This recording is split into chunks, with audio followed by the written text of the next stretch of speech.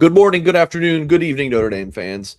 Mike Singer live on the Blue and Gold YouTube channel taking your calls tonight. So if you're watching live, you can call in and talk about whatever is on your mind. If you are watching back, you can't do that, but you can listen to what callers did have to say. And if you're listening to this as a podcast, thank you very much. Please leave us a 5-star review wherever you listen to your podcast. Call into the show 605-313-5550. And then when it asks for an access code, 504-9450. So make sure you call in. The lines are wide open. TP Adam in the chat. TP, it's good to see you, my friend. Let's kick off today's show by talking about ESQ Clothing, a great partner over at Blue and Gold. It is seen on all of your favorite Notre Dame players and coaches, founded by Notre Dame alum Ga Wang. ESQ is your go-to spot for the best handmade custom suits, sport coats, tuxedos, shirts, and more. ESQ's master tailors combine next-level craftsmanship with the finest fabrics to deliver a fit that is built just for you. Now with showrooms in both downtown Chicago and Winnetka, book your custom fitting at esqclothing.com. Check out so much more on the website. And when you mention Blue and Gold at your appointment, you will receive 10% off your entire purchase. And there is Marcus Freeman. And of course, Jeremiah Love was rocking ESQ during the Heisman ceremony, if I recall correctly. So that is esqclothing.com. 605-313-5550. Got some topics lined up for today in case the calls get slow. But we already have my boy Eric from Utah calling in. I think he's from Utah. What's up, Eric? Mike, just wanted to call, wish you a Merry Christmas with your family. I hope you guys get a nice little break from life. Nope. Next couple of days. Did you say nope? No. Bro, I got my wife's birthdays tomorrow, Christmas Eve, Christmas Day, and then my wife's sister's getting married on the 30th. So it's like all wedding prep, and then and then on the 31st I go to Orlando for the Under Armour practices where Notre Dame has 4 signees playing. And then there's a bunch of 2027 targets. So it's going to be a little hectic here for the next couple weeks. But I do appreciate the sentiment, Eric. Merry Christmas to you and your family as well, brother. Thanks, man. Yeah, it sounds like you got a crazy time coming up. But anyways, Utah, BYU, Notre Dame got announced today as a Utah living person. You excited about it? I'm pretty excited about this. I'm actually pretty excited about it. Can I cuss? I can't confirm or deny if you can, but it's up to you. All right. After all the shit BYU accounts and family members have been talking, I just love this. I think for the longest time, BYU fans have this idea that Notre Dame's scared to come to Utah and play in Provo. I just love this. It's going to be a rude awakening for BYU fans. And I actually feel like this is an upgrade from the USC game. I know it's USC rival, but I think right now BYU is a better football program than what USC is. And yeah, I think it's going to help. I think Notre Dame here with a little bit of recruiting, right? We don't do too much. Notre Dame doesn't do too much recruiting out here. I mean, there was a couple of kids that one, the Moa kid that committed to Utah that was committed to Tennessee. I feel, that name didn't get a lot of love from Notre Dame. And then that quarterback from West, I know he did a visit to ND but never got an offer. But I think there's some talent out here that gets missed. And I think that opens up the opportunity for Notre Dame to get out here and get to look at some Utah kids and show them some love. Yeah, I like it. I think my coworker Kyle Kelly is going to do a story on what you kind of just talked about, like, hey, maybe open the door for more. Like, yeah, it's been a while since Notre Dame has been involved in Utah. There's the Davis Andrews kid, who I haven't tracked how he's been doing. I don't know if he went on a mission or what, but did pop this up on the screen. This is the 2026 schedule. And listen, you mentioned BYU's an upgrade over USC, right? It's kind of tricky. I think so. It's a year-to-year thing on like who's the better opponent.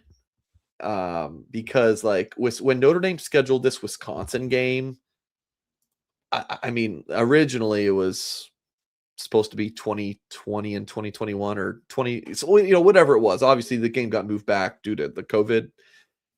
If I'm recalling correctly. But anyway, like the games get scheduled so long in advance. Like when you schedule Wisconsin in like 2015 or whatever, I don't remember when that game got scheduled initially. It's like, yeah, Wisconsin, that's going to be a really good foe. And it's like, oh, now it's not. You do have Rice. It is what it is. Michigan State. It's not Notre Dame's fault that they scheduled Michigan State, a team like that's a traditional rivalry for Notre Dame, at least in my lifetime. Michigan State's down. Purdue is down bad. And then it's like, then you have Navy, right? And then ACC teams. North Carolina, Miami, Boston College, of course, BYU, at BYU, SMU, Syracuse. It's not a great schedule, but this is what Jack Sobel noted on it.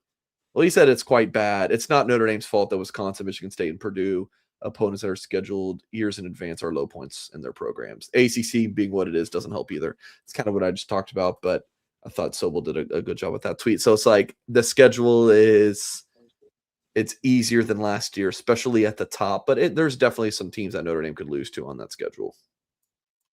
Yeah, I mean, I think SMU, right? I think SMU is a team that's on the rise. So hopefully, that can be considered a quality, a good game. I think BYU's schedule isn't very tough.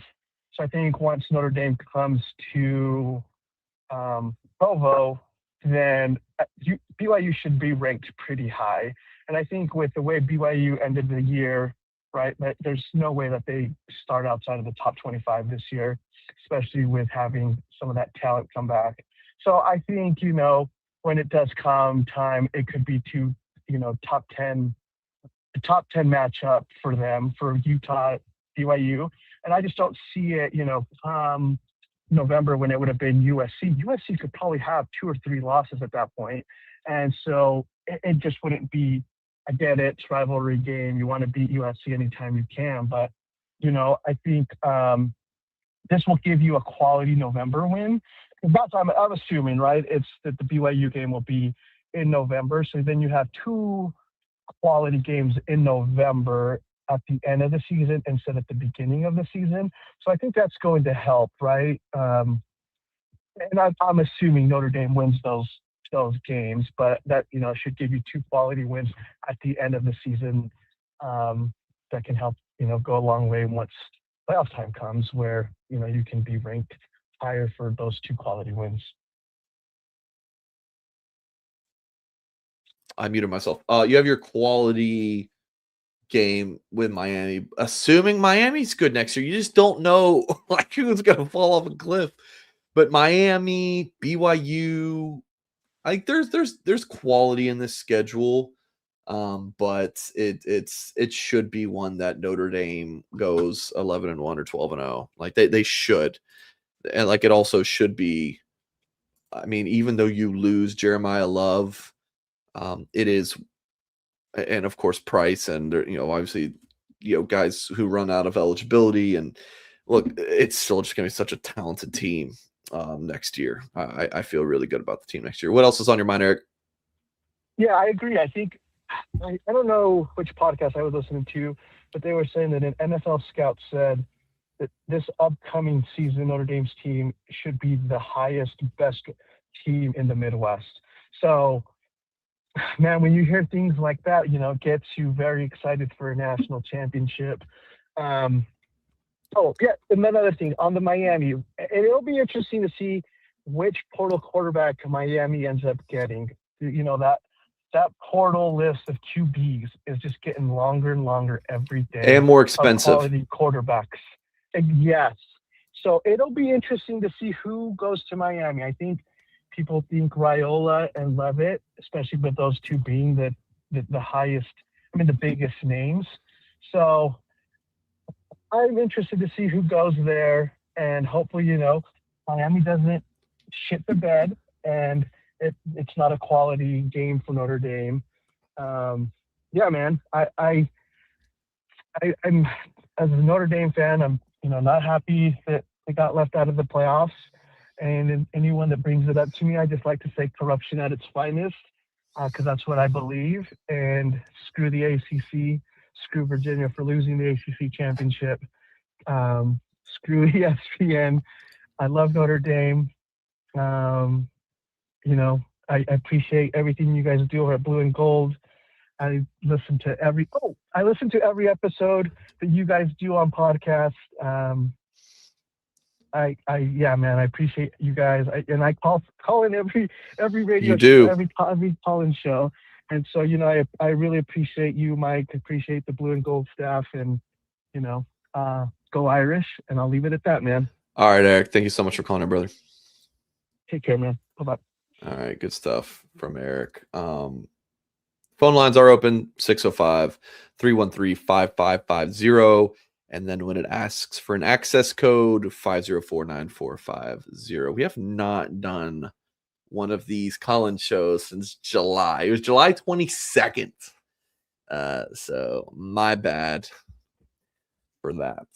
But we are doing one now. So folks, if you're watching on YouTube, of course, do hit the thumbs up on this video and subscribe to the Blue and Gold YouTube channel for more content. Again, lines are open. Give us a call. And when I say us, I do mean yours truly. We will keep things going here in the meantime and talk about one of our sponsors in today's show, and that is Game Time, because buying tickets for your favorite sporting events and more can be an absolute nightmare. You have the queues, the logins, the prices jumping at checkout. It can take the fun out of the entire seat searching process, right? That ticket buying process. That's why you got to use Game Time. And it is a game changer. The app puts the advantage back in your hands. In just a couple of taps, you'll get great seats at a great price, and tickets start as low as $25. And here's what I love. The price you see is the price you pay. You have no hidden fee sneaking in at checkout. You can even see the view from your seat before you buy, which is great. And with their zone deals, you pick the section and Game Time will pick the seat, so you save even more. Everything is backed by the Game Time guarantee, so you know the tickets are legit and on time. Take the guesswork out of buying tickets. Download the Game Time app, create an account, use code ON3 for $20 off your first purchase. Terms apply. Download the Game Time app today. All right, ladies and gentlemen, the phone lines are still a little dry. That's okay. That's okay. We still got some things to discuss. I did see this comment, but it was like an hour before we went live. Tim Go Irish said, "Please stop with the Giants nonsense. It's a tactical agent wanting more money tactic." So Jack Sobel and I recorded a video this morning. You may have seen it on the Blue and Gold YouTube channel. Let me just pull it up so you guys can just see it. Maybe you missed the video. Okay, let me pull it up. Sorry. So it is titled "The Latest: Marcus Freeman linked to New York Giants. Will the Notre Dame head coach leave?" Okay. Is there a little gamesmanship in that? Maybe.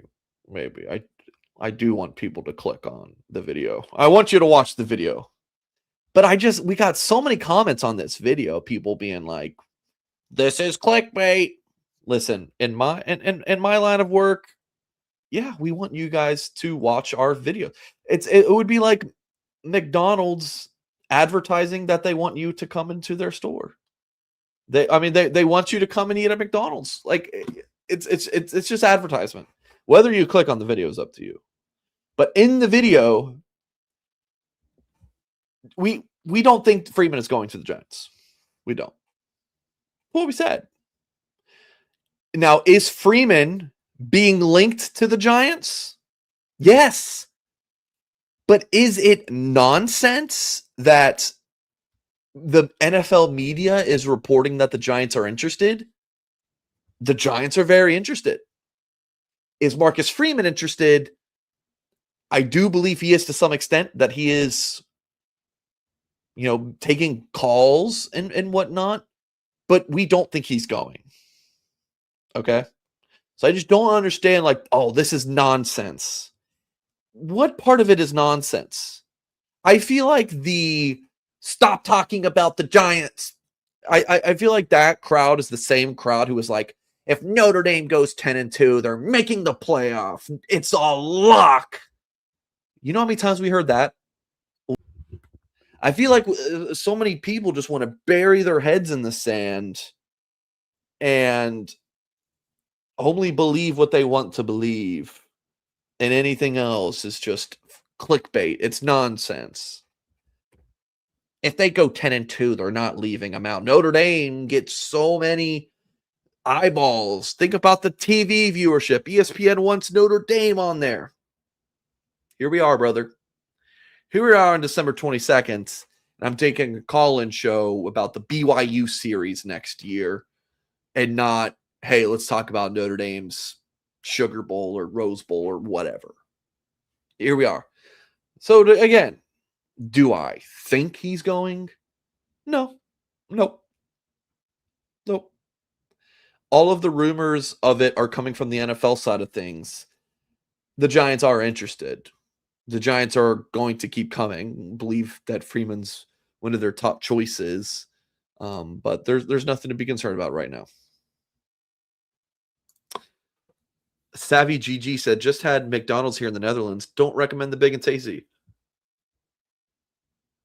Brother, isn't it like 1 a.m.? What are you doing out there? What are you doing up in the Netherlands? It's pretty cool. Thank you for watching.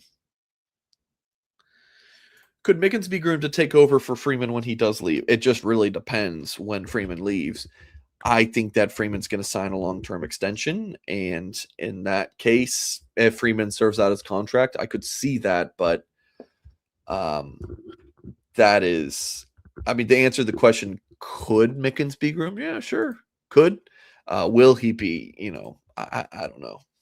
I don't know. Do not know. I mean, I don't know what who's doing the grooming of coat, like how that works in 2025 with.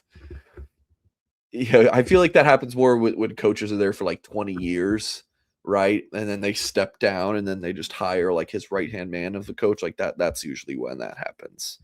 Again, folks, shoot me a call, 605-313-5550. Access code 504-9450. I know it works because we just got a call. So I'll be taking your calls for a bit, folks. So please do give me a buzz. News today, ladies and gentlemen, was that Jadon Blair, Notre Dame, Irish fandom never sleeps. I love it, Savvy. Jadon Blair, he just came off his true freshman season. He's going to enter the NCAA transfer portal when it opens on January 2nd. Was this a surprise? I would say a very minor surprise. My understanding is that, I put in this tweet, just 19 snaps. I think that Blair came into this year expecting more snaps, and he did not get those. And I think he's going for greener pastures. I mean, look, the Notre Dame safety room ended up being pretty stinking loaded this year. Tay Johnson's emergence. Luke Talich played really, really well. Of course, Adon Schuler, who, I think that he's going to be coming back if I had to guess right now. I don't know even what the path for him is to play next year. And you have, guys like Jadon Blair, Joey O'Brien. My bad. Joey O'Brien's coming in. It's a Ethan Long, I think, might have been ahead of Jadon Blair in the safety depth chart. Like, Ethan Long had a really nice freshman season for himself. So am I surprised? I mean, it's a minor surprise, especially anytime that someone does leave after their true freshman season. So we have had 6 players who are expected to enter the NCAA transfer portal. Nothing's official. I haven't entered the portal yet. I believe the graduates can enter the transfer portal thing. I believe that's done. That's it's a 2-week window to enter the portal, and that is the same for everyone, grad, transfer, or not. So here are the 6. Of course, Blair, Jabron Payne. Yeah, he came to Notre Dame, had a lot of promise. Was that short yardage goal line back in 2023? Gets injured. And just wasn't a part of the rotation in 2025. Troy says Pouncey is coming. Pouncey is actually supposed to start off a corner, but it wouldn't surprise if Pouncey ended up playing safety. He could play literally anywhere. But yeah, Jabron Payne, unfortunate, marred by those injuries, but he's a talented player. I think that he's going to end up somewhere. And be a good player to wrap up his college career. Tavon Benny Powell, just another safety, could not break through the depth chart. He was in the 2024, was he in the 23 or 24 class? 2024 class.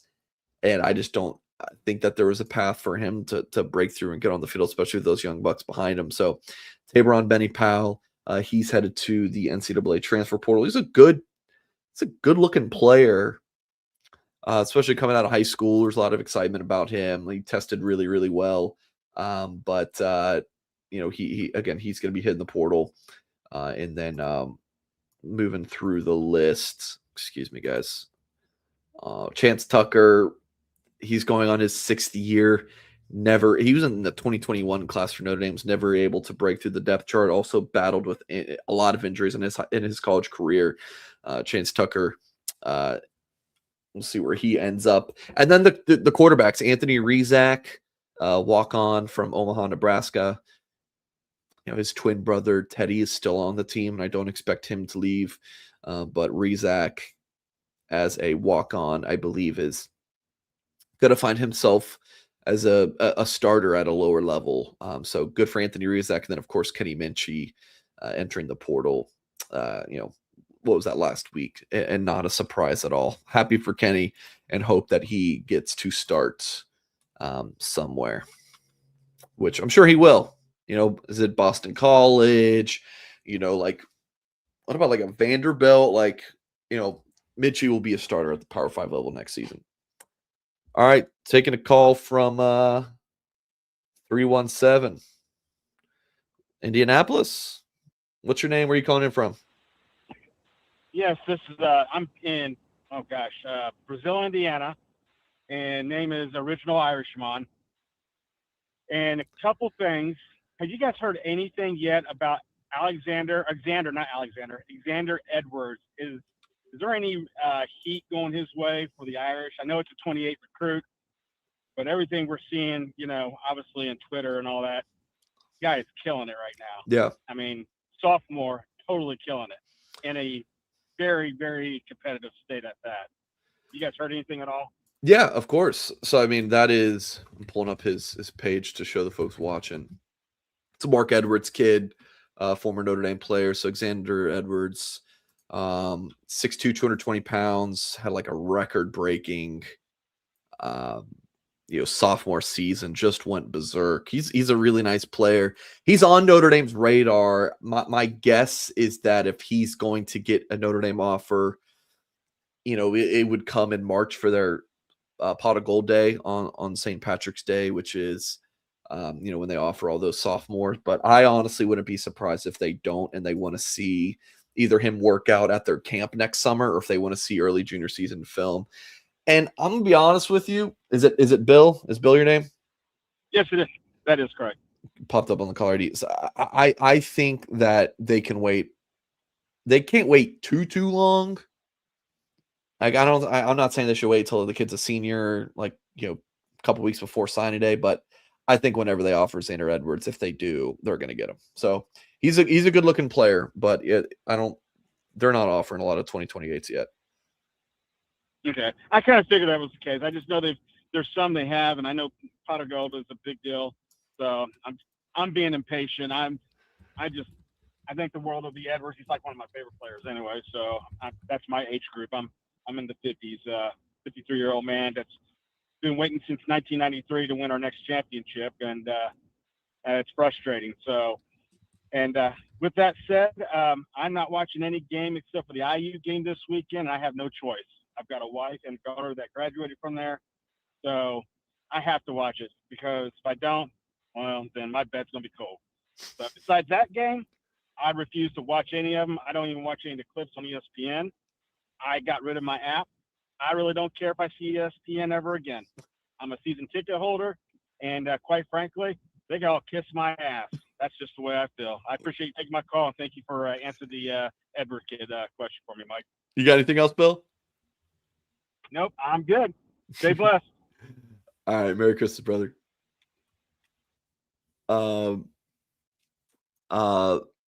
Andy Matador, good to see you, brother. I'm not headed to San Antonio. I'm doing the Under Armour game in Orlando. It's just an easier trip for me to make with a young one. But I'm sure either me or Kyle Kelly will get back out there in just a matter of time. But yeah, I haven't been to San Antonio in a couple years now, but will hopefully again in the future. All right, we got a call from 518. 518, I'm going to get to you in just a couple of moments. Papa B said, "What are the Freeman rumors currently?" I mean, it's just the Giants thing. He's a top candidate for the Giants, which it's just true. Like, feel like, stop with the nonsense. This is clickbait. I don't want to hear this. I don't want to hear this, guys. Then it is like, don't look at the internet. The Giants really want Marcus Freeman, but no one, to my knowledge, is reporting Marcus Freeman's like planning on taking the job. So if that was out there, then I would be like, that's clickbait, like, because they're baiting you to click on something that's not true, right? But unless it does end up being true, unless there's something out there that I'm not aware of. So there you go. All right. Let's talk about BetMGM. We are proud to be sponsored by BetMGM. All the lines and totals we use on our show come from the folks at BetMGM. And here's how you get started. You download the BetMGM app, sign up using code CFB. That's CFB as in college football. And you get up to a $1,500 first bet offer on your first wager with BetMGM. And here's how that works. Again, download the app, sign up using code CFB, deposit at least $10, and place your first wager on any game. You receive up to $1,500 in bonus bets if your first bet loses. Just make sure you use that bonus code CFB when you sign up. And we're not going to forget about the folks who have already signed up and been playing with BetMGM. This week, your gift, this is coming in your stocking on Wednesday and Thursday, Christmas Eve and Christmas Day, of course, respectively. A pro football no sweat token. So get ready for holiday cheer with a pro football no sweat token. You get a stake back and bonus bets if you don't win. So you can boost a Christmas spirit with a pro football odds boost token. Use your token to net a bigger payout on a winning holiday football bet. You've got games on Christmas Day. You've got that no sweat token. So you can use for those games. They'll be valid on Christmas Eve and Christmas Day. So sign up for BetMGM, use that code CFB, and make this one legendary with BetMGM. Castaway Drift, thank you very much. Thank you very much. Yeah, Troy, this is kind of my point, dude. Like, this is every offseason until Notre Dame does something to just squash this.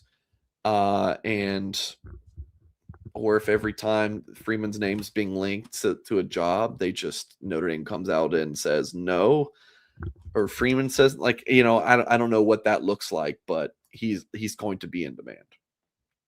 All right, 518, what's your name? Where are you calling in from?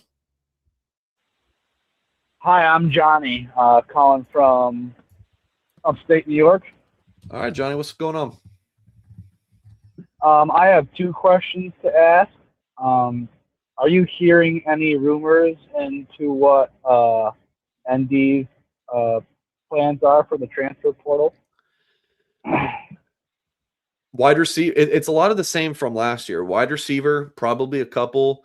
Interior defensive line, probably a couple. So that's 4. I think they're going to take nickel or corner. And then, so that would be 5. I don't think they'll take 2 DBs. So that would be 5. And then, you could see a kicker and punter. One of them, it just kind of depends on how they feel about their in-house options, but that might not even be like a scholarship guy.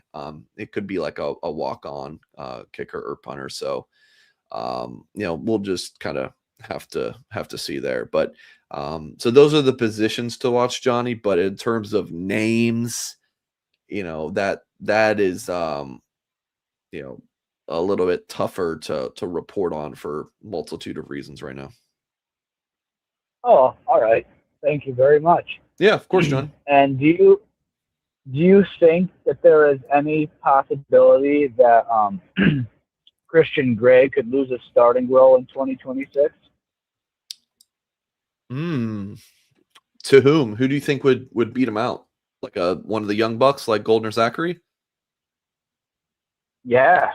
I mean, he kind of didn't really progress the way that I thought that he could have, that he was playing towards the end of 2024. It didn't really carry over to 2025 to me.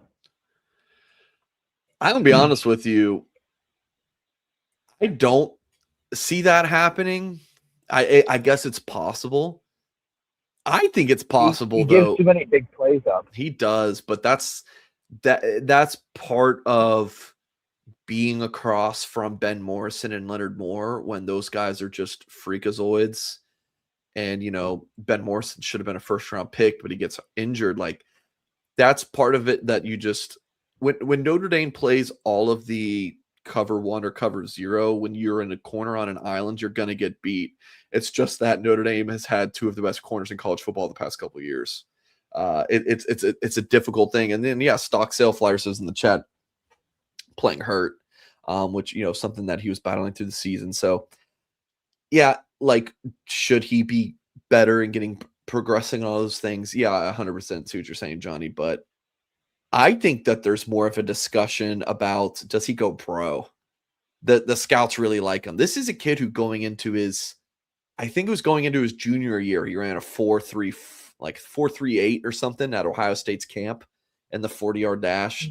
The kid's got a lot of tools that the NFL likes. So I think the bigger question is, does he go to the NFL? Then is he going to lose his job? I see. That makes sense. Mm-hmm. But yeah, it's just so tough, Johnny, because it's like Leonard Moore doesn't give those up, so why doesn't Christian Gray? Well, like, dude, Leonard Moore is a Thorpe winner guy. Like, it's. I mean, I know he didn't win it, but was right there in the conversation. Finalist. He was the finalist, yeah. So that's kind of that's my thought there. Gray's, he's a good player, man. It's just you just think about some of those big plays, A&M and Ohio State, but the kid's a good player. Just had higher expectations, that's all. Yeah, I get it. Anything else on your mind, Johnny? No, not at all. Thank you very much. All right, well, I appreciate you calling in. You take it easy, brother. You too. Thank you. All have right. a great night. Yep, you have a great night too, Johnny. Let's go to 505. What's your name? Where are you calling in from? Hi, this is Dylan calling from New Mexico.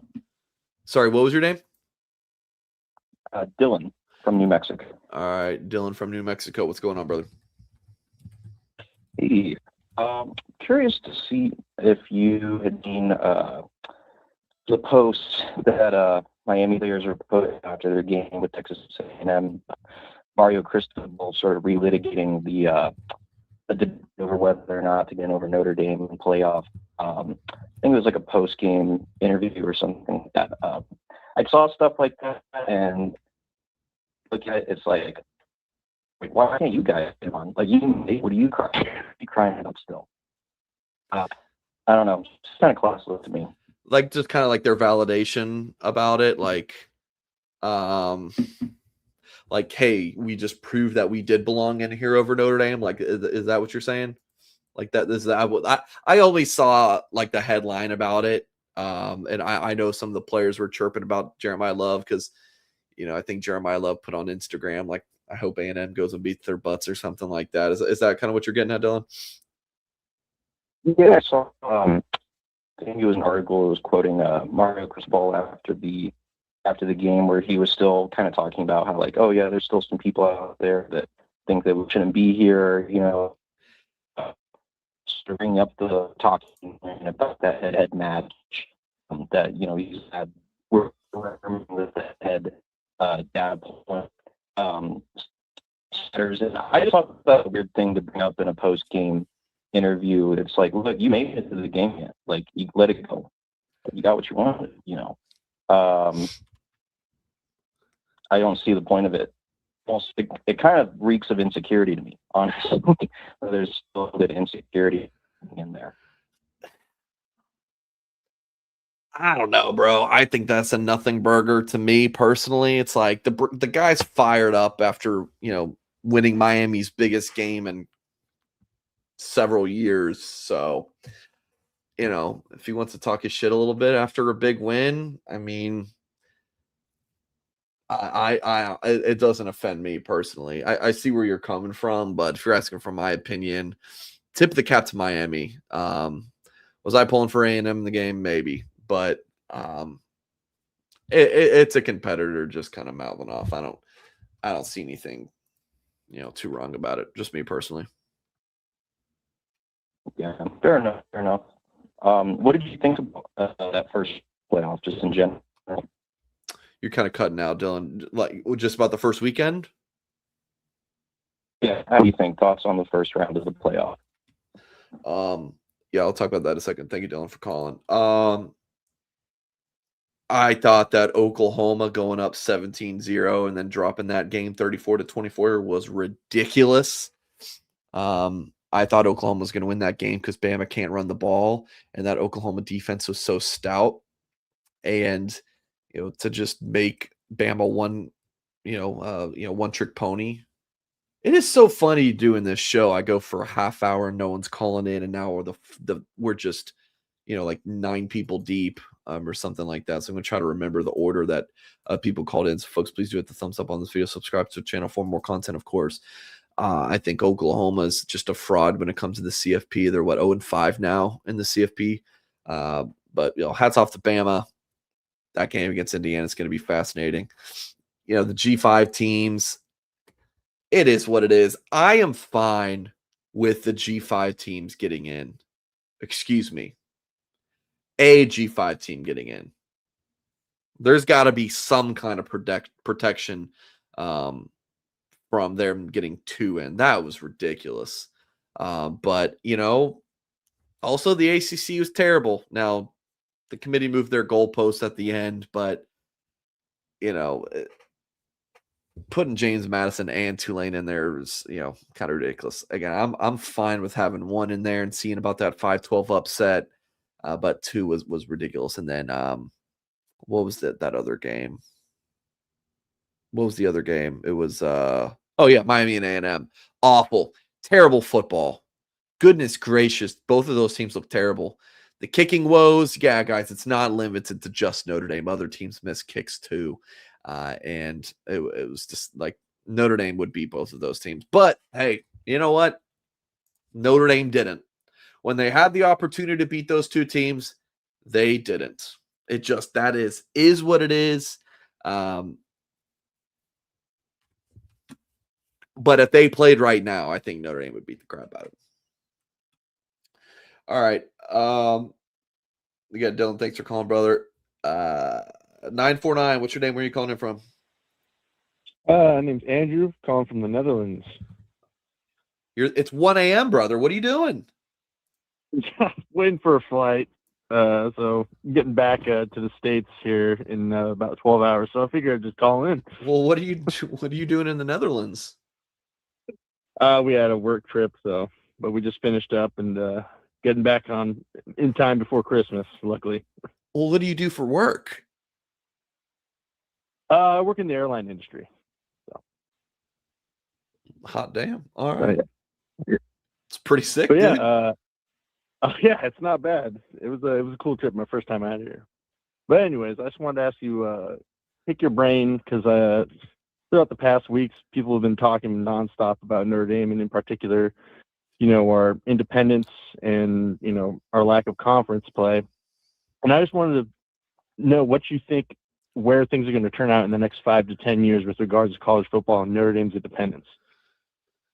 Like, what is it going to look like, you think? Dude, it's a great question, dude. Like, every year college football changes so much. You have transfer whenever if you're a grad transfer, right? You have 2 or 3 portal windows. Now it's 1. And now if you're a grad transfer, you can only leave once. Like you don't have the ability to leave whenever you want. It's, hey, we're 14. Well, now we're 12 team. Well, if you're a conference, it's the 4 highest ranked conference champs. You guys get the buys. Well, now it's not. And next year is probably going to be protections against 2 group of 5 teams getting in the way they just did. Like it just changes. Everything changes so quickly. And it's really hard to say if Notre Dame's going to be able to stay independent in 5 or 10 years. I'm going to say that Notre Dame will stay independent, and I'm going to expect that until they literally have no access to the playoff or no one wants to play them. But we just saw BYU schedule them. We just saw Auburn schedule Notre Dame. So these teams are still scheduling Notre Dame. So as long as they have access to the playoff, and if they extend that thing to 16 teams, then Notre Dame should be in the playoff literally every single year. So I think they're going to stay independent. The short answer is I think Notre Dame stays independent forever until they literally don't have an option but to join a conference. Okay.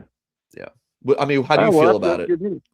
What's your take? I mean, I'm not really knowledgeable about how the conferences work. I only watch Notre Dame football, and that's all I do. And everything's been shoved in our face about that's not being a conference this year. So I kind of wanted to understand what other people thought, and we're also losing our rivalry game like USC, and that just got me thinking. It's like, well, if we're going to get snubbed out of these teams playing us? What's it going to be in the next 5-10 years? Are we going to have to join a conference? Or, dude, I mean, I get like we in the comments in the message board, like I see people being like, USC, shame on you, dropping out of the series. I'll be honest. If I'm USC, why do I want to go play Notre Dame? They kick our ass almost every single year. Why do I want to go play Notre Dame? Especially in late October, just get run all over by Notre Dame. I get it. If I'm USC, now is that kind of, pitiful? Sure, but dang, man. I mean, get my ass kicked by my rival every year. It's like, we don't need to play them anymore. I don't know. I still especially think when it's all about the playoff now. Yeah. It's like, why add Notre Dame to a schedule where you're already playing good teams? Like, it makes sense to me. Like, if Notre Dame would have scheduled, if it was Michigan State on Notre Dame's schedule over, Miami or A&M, Notre Dame's in the playoff right now. I can see both sides of it. But those 2 teams should be playing. There's no reason that Notre Dame and USC shouldn't be playing. So, all right, Andrew, safe travels back, brother. I appreciate it. Thank you, Mike. Have a good one. All right. Yes, Navy. I mean, Navy. So some of the chat said, by that logic, shouldn't Navy drop us? If Navy has college football playoff aspirations year in and year out, like, I guess, but also Navy could always win their conference, right?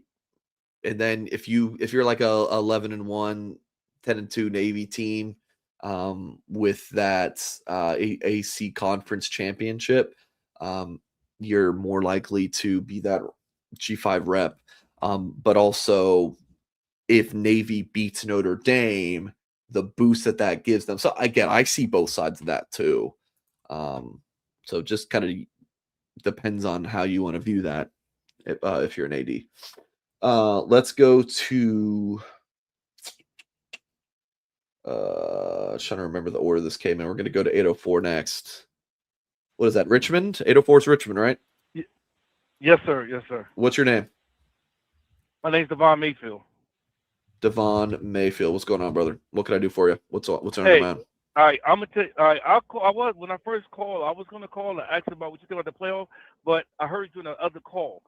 Now you say the same thing. Yeah, I'm a Miami fan. I'm gonna tell you that right now. Now my question is, now y'all say y'all beat Notre Dame to beat them now.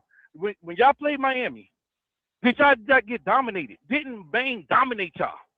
Y'all didn't dominate us. Y'all played better against Texas A&M at home than y'all played against us. We let y'all back in the game. And then y'all saying y'all played better. Y'all played weaker teams after them two teams.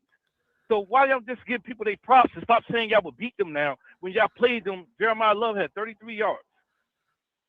Because we do think that if they played again, that Notre Dame would beat them. But okay, what makes you think that? Y'all played a weak schedule after y'all played the two best teams y'all played, y'all lost. Now, granted, I'm a bias. I'm not biased. So I think y'all. The hell you are? What the hell do you mean you're not biased? Yes, you are. I'm not biased because I'm about to say that y'all had Texas A&M, y'all gave it up. But when y'all played Miami, y'all got dominated. Miami let y'all back in the game. Going into the fourth quarter, it was 20-7. Y'all was never in it. And then the second half, Miami was dog walking y'all. So all I'm saying is you and the national media keep saying, "Oh, Notre Dame played them now." If y'all play them now, what y'all gonna do against them? We killed y'all. Didn't sack us. What was the final score? Like it was 3-point game. Yeah, that's the final score. Final score because they shut it down. The same thing we did against Florida State. Y'all didn't shut us down. Mario Cristobal shut us down. Yeah, what did y'all do? Tell me what y'all did. But David, what you're saying, dude, hats off. This is clearly your first time watching. I've been saying this for a long time. No, I'm not mad. I'm saying it on your comment. I'm not mad. Would you be quiet for a second and let me talk? You've been running your mouth. Let me run mine, David. All right, listen. I've been on here for months saying that if you're Notre Dame and Miami gets in over you, you lose. You lost 2 games. You left your fate in the committee's hands. If you don't want to, be snubbed or whatever, just win your football game. So I get it. Miami was the better team that day, no doubt. They controlled the majority of that game. Notre Dame made it close late. They won the football game 100%. But when you watch as the season went on, Miami did play pretty well late. But that 10-game winning streak that Notre Dame had, you just watched the football game. Who the hell did you guys lose to? You lost to SMU and Louisville. Hey, y'all with you. Yeah, we lost to SMU and Louisville, and they both got 8. David, your team had to run the score up late on Pitt to make it look like they could, so that they could score more than Notre Dame did, and that they could have the bigger margin. It was despicable. Notre Dame pulled their starters, so I'm all for rival fans calling in, but this guy can get out. We're gonna go now to a 574 area code. So I think I know. You can go ahead and mute the show, brother. Scholarship guy. Am I up? You are up. 574. What's going on, brother? Oh my god, dude. How you doing, dude? Doing good, man. It's been a What's long going on? time since I talked to you. I want to talk about the Freeman thing, going to the Giants and all that, and just settle people down. My big question is, if Freeman wanted to change when he came in, if he wanted to change Notre Dame, it didn't work. Notre Dame changed him.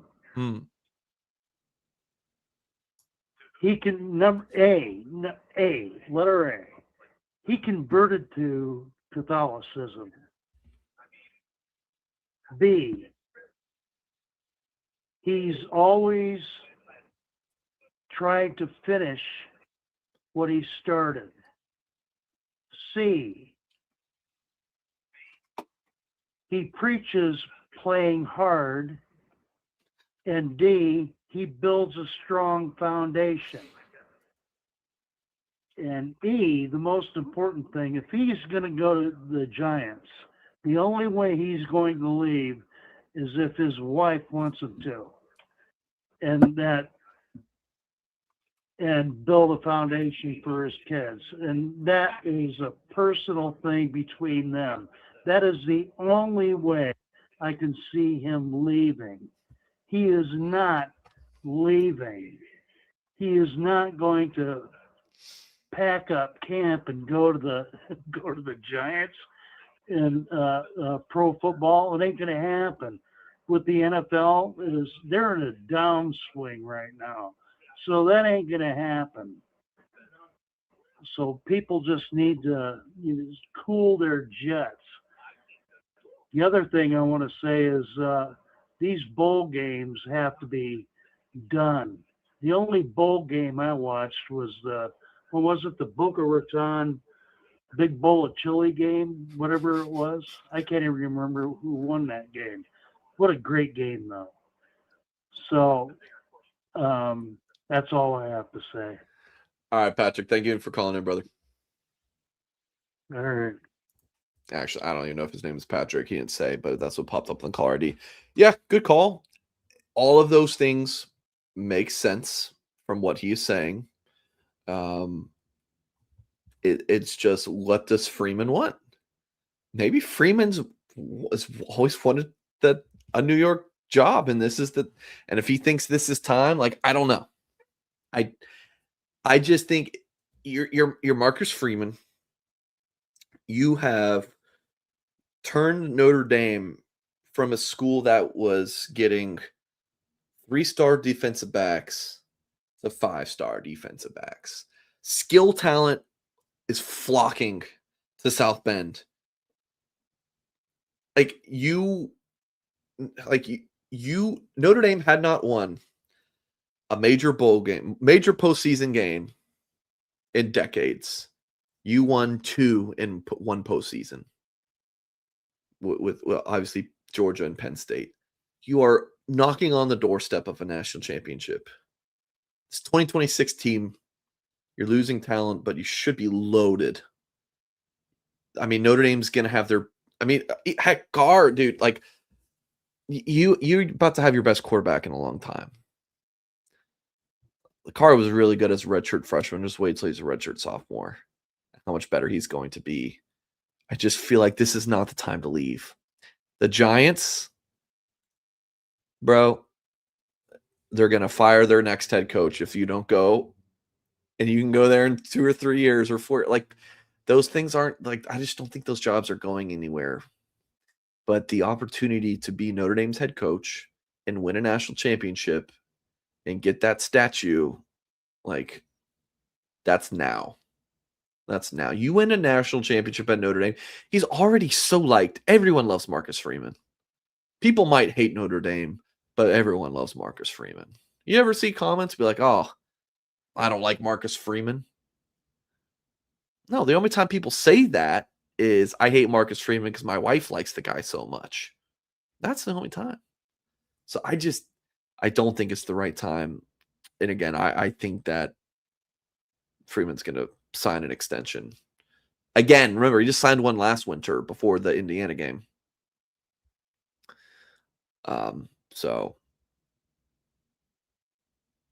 I'm just reading the chat. Mike, I thought you guys should have been in the playoffs. I'm a Notre Dame supporter as well. But I didn't know you were a Miami hater. I'm not a Miami hater. I got a Dolphins helmet. I don't hate Miami. I don't hate the Hurricanes. My best friend is a Hurricanes alum. Like, I don't hate Miami. They're fine. Do I think they should have been in over Notre Dame? I think that what the committee did to Notre Dame was wrong. I think the committee, how they moved the goalposts at the end, was wrong. All right, we're going to take one more call, and then we're going to wrap up the show. Dynasty ISP. What's up, Jacob? Hey, Mike. What's going on, brother? What's on your mind? Hey, I wanted to start by saying that Miami guy, man, he was getting me worked up. He's pretty firm, but his team's pretty soft. I'll say that much. Okay. I know that's not what you called in. What's up? No, I just wanted to say, I live here in Southern California, and it's disappointing that USC canceled their games with Notre Dame. Everybody saw it coming. It makes total business sense.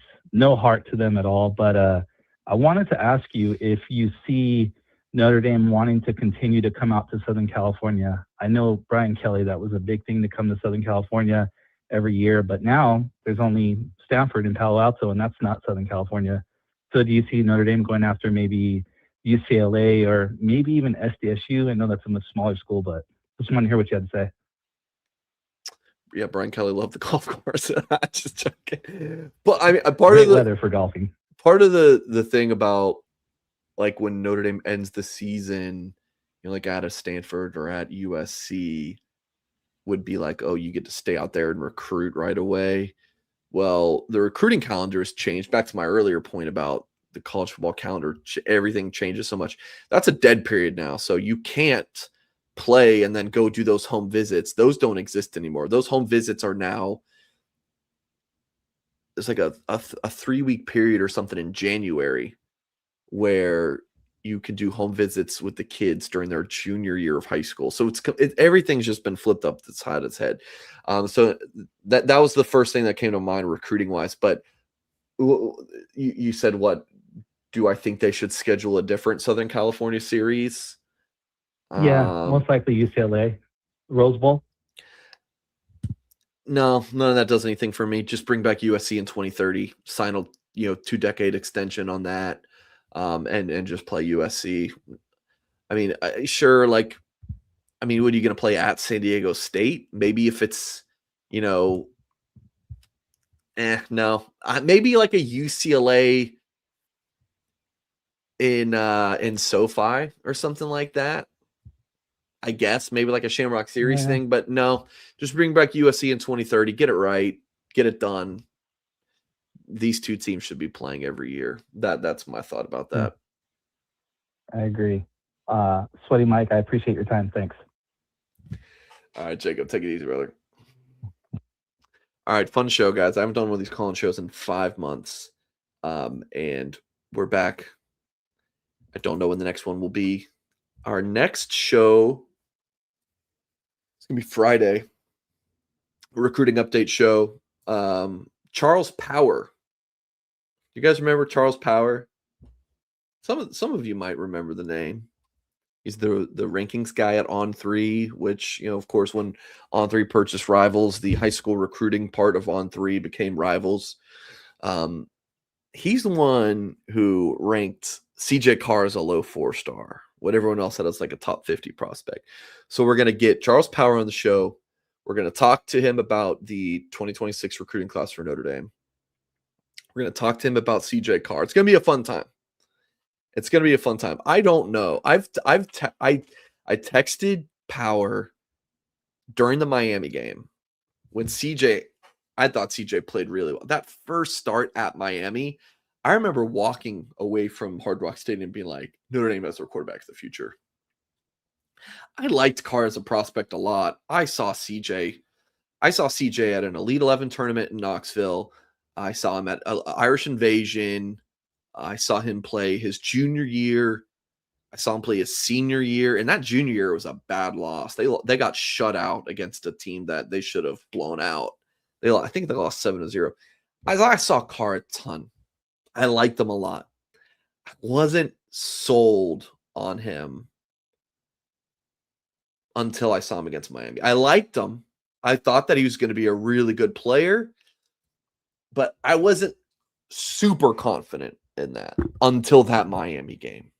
It just took about 2 or 3 series for him to be like, oh, this kid's got the confidence in him. He's cool, calm, and collected. This guy's got something to him. Anyways, I texted Power during that game. I was like, bro, I think you're wrong. I can already tell that you're going to be wrong about Carr. So anyways, I am excited to see what he says about CJ Carr. So, and then the following week, I have no idea. I'm going to be traveling so much. We definitely won't have that Tuesday night show. Do you guys believe someone asked me to officiate their wedding? My sister-in-law asked me to officiate her wedding. I already got some good jokes in there. If you have any good wedding jokes you think I should officiating a wedding joke to throw in the ceremony, let me know. Need to know. Aussie Family says in-person interview, players, coaches, campus tours, facility tour during the off season. Aussie Family, I saw your comment on this. It's a lot easier said than done for all of these things. There's just a lot of hoops to jump through. And those hoops being Notre Dame saying yes to these things. And it's kind of a situation where if Notre Dame says yes to us, then they feel like they have to say yes to everyone else who asks it because they let us do these things. I just don't see them happening. But we will definitely try. So I just wanted to answer that, Aussie Family, because I saw your question. Mike, who would you like to see win the national championship?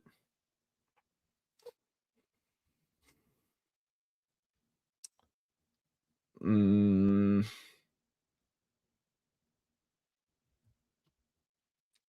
don't really. I mean, if Indiana won a national championship before, like, oh no. I don't know what the right answer here is. Texas Tech would be cool. That would be a cool one. Ole Miss would be a lot of fun. Like Lane Kiffin, that would be the biggest. Like, bro, what are you doing? If Ole Miss won the national championship after he left, Oregon, I know Oregon winning a championship, I think that would be fun. I like Dan Lanning.